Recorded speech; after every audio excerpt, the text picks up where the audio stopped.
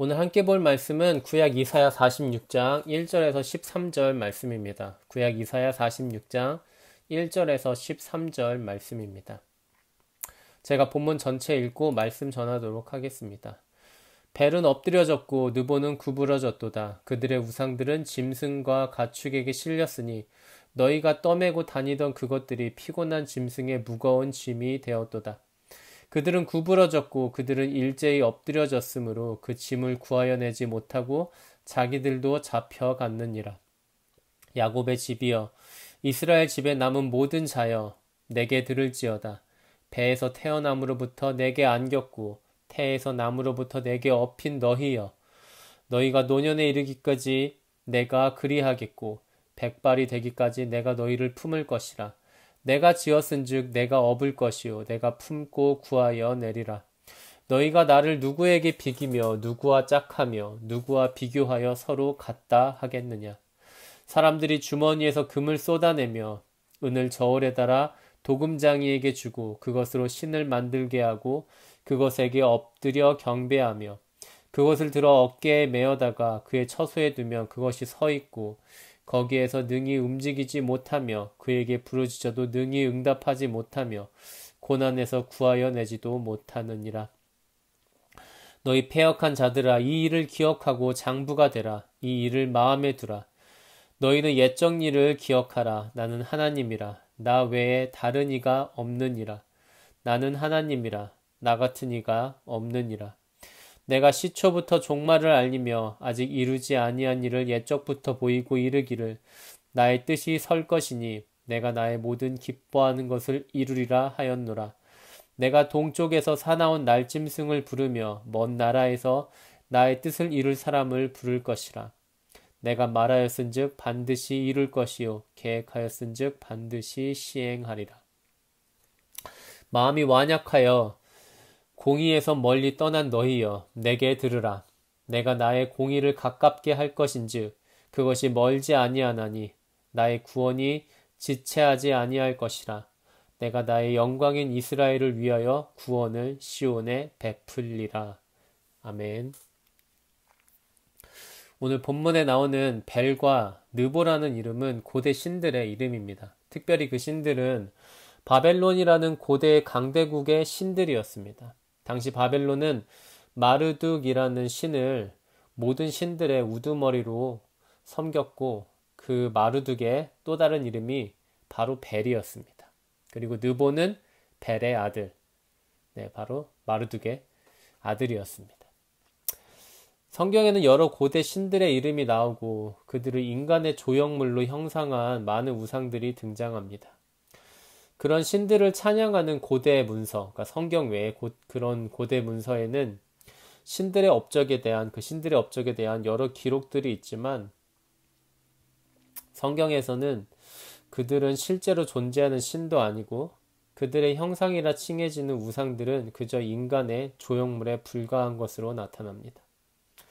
그리고 오늘 본문에서 그것들은 인간이 실어 날아야지만 움직일 수 있는 무거운 짐에 불과한 것으로 소개됩니다. 우리가 고대 시대에 살아보지 않았기 때문에 당시 고대인들의 마음을 다 헤아리기는 아마 힘들 것입니다. 만약 지금의 우리가 그런 우상들을 보면 몇 사람 정도로는 들어올릴 수 없을 정도로 몇 사람 정도로 들어올릴 수 없을 정도의 웅장한 크기와 그 화려함에 놀랄 수는 있을 것 같습니다. 사실 그런 우상을 보았다고 해서 쉽게 그런 신들을 섬기는 종교에 심취할 것 같지는 않습니다. 아마 우리는 그럴 것 같아요. 그런데 왜 당시 고대인들은 그저 화려한 종교적 조형물을 애지중지하며 그것과 관련된 종교에 심취했던 것일까요? 그 원인은 벨과 느보라는 신 자체에 있다기보다는 그것들을 신으로 섬기는 바벨론 제국의 국력에 있었다고 생각됩니다. 당시 사람들은 어떤 나라와 싸워도 지지 않을 것 같은 군사력과 차고 넘치는 재력을 가진 바벨론 제국에 압도되었었습니다. 하지만 이 세상의 어떤 나라도 영원하지가 않죠. 바벨론의 신들인 벨과 느보가 구부러지고 엎드러졌다는 것은 바벨론이 다른 나라에 의해 멸망을 당했다는 말입니다. 바벨론도 영원하지 않고 그 제국이 섬겼던 신들도 그저 바벨론이 망하면 여기저기 끌려다니는 짐짝에 불과하다는 말입니다. 하지만 이스라엘의 하나님은 어떤 분인가요? 그분은 진짜 신입니다. 하나님은 정말로 존재하시는 신으로서 그가 선택하신 백성을 실제로 돌보십니다.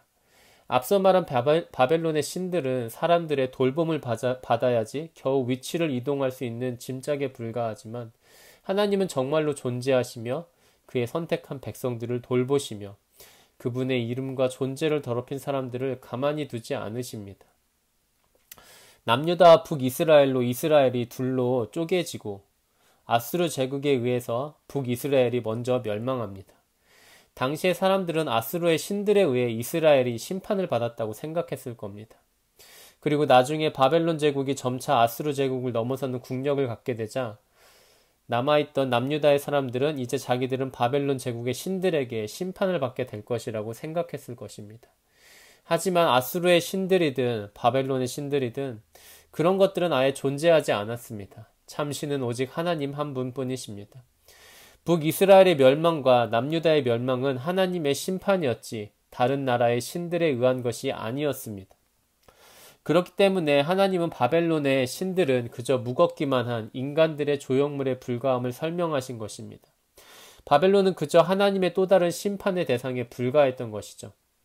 참고로 본문 11절에 나오는 동쪽에서 오는 사나운 날짐승은 앞으로 바벨론을 멸망시킬 또 다른 강대국의 출현을 상징합니다. 먼저 멸망을 당한 북이스라엘에 이어 남유다도 바벨론 제국에 의해 멸망을 당하겠지만 하나님은 바벨론 제국을 또 다른 강대국을 이용하여 멸망시키시고 이스라엘을 구원하실 것이었습니다. 성경이 말하는 공의는 항상 인간의 생명과 관련이 있습니다. 인간의 생명을 귀히 여기고 지키는 것이 바로 공의입니다. 구약시대나 오늘이나 많은 사람들은 세속적인 권력이 인간의 생명을 지켜줄 것이라고 생각하고 많은 권력이 곧 공의라고 생각합니다. 그저 인간의 조형물에 불과한 것을 신으로 믿었던 이유는 그것들을 신으로 모시는 강대국들의 권력이 자기들의 생명을 지켜줄 것이라고 생각했기 때문입니다. 하지만 이 세상의 어떤 권력도 인간의 생명을 지켜주지 못합니다. 그리고 아이러니하게도 많은 권력은 오히려 사람들의 생명을 하찮게 여기게 만듭니다. 권력을 많이 가진 사람은 권력을 적게 가진 사람의 생명을 해해도 된다는 신념이 생겨나는 경우가 많습니다. 옛날이나 지금이나 마찬가지입니다. 사람의 생명을 귀히 여기시고 그것을 지키시며 정말로 그 일을 하실 수 있는 분은 오직 하나님 한 분뿐이십니다. 하나님만이 정말로 존재하시고 공의로우신 신이십니다. 그저 인간의 권력과 인간의 조형물의 마음을 빼앗기고 결국에는 그것들에 의해 멸망을 당한 이스라엘은 그들이 받아야 할 심판을 당연히 받은 것이었죠. 하지만 하나님은 그들의 생명을 귀히 여기셨고 그들을 불쌍히 여기셨으며 그들을 구원하시겠다는 뜻을 밝히셨습니다. 이 세상에서는 절대로 찾을 수 없는 공의가 하나님께 있는 것이죠. 오늘도 하나님의 그 공의로우심과 자비하심을 의지하여 힘을 얻고 평안한 하루를 보내는 우리가 되기를 원합니다. 함께 기도하겠습니다. 거룩하고 자비하신 하나님 아버지, 하나님 외에 우리의 삶을 귀히 여기시고 지켜주는 분이 또 어디 있습니까? 비록 우리가 하나님 외에 다른 것을 찾아다니며 그것을 의지했다 하더라도 그런 우리를 불쌍히 여기시고 기꺼이 용서하시고 구원하시겠다는 하나님 외에 우리가 누구를 의지하겠습니까? 하나님, 연약하고 미련한 우리를 불쌍히 여기시고 하나님만을 의지하며 살아가는 우리가 될 수 있도록 인도하여 주옵소서. 오늘 하루도 하나님께서 주시는 평안함 가운데 주어진 삶을 버텨나가기 원합니다. 함께하여 주옵소서. 예수님의 이름으로 기도합니다. 아멘.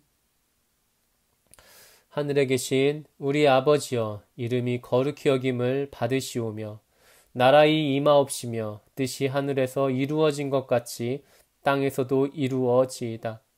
오늘날 우리에게 일용할 양식을 주옵시고 우리가 우리에게 죄 지은 자를 사하여 준 것 같이 우리의 죄를 사하여 주옵시고 우리를 시험에 들게 하지 마옵시고 다만 악에서 구하옵소서.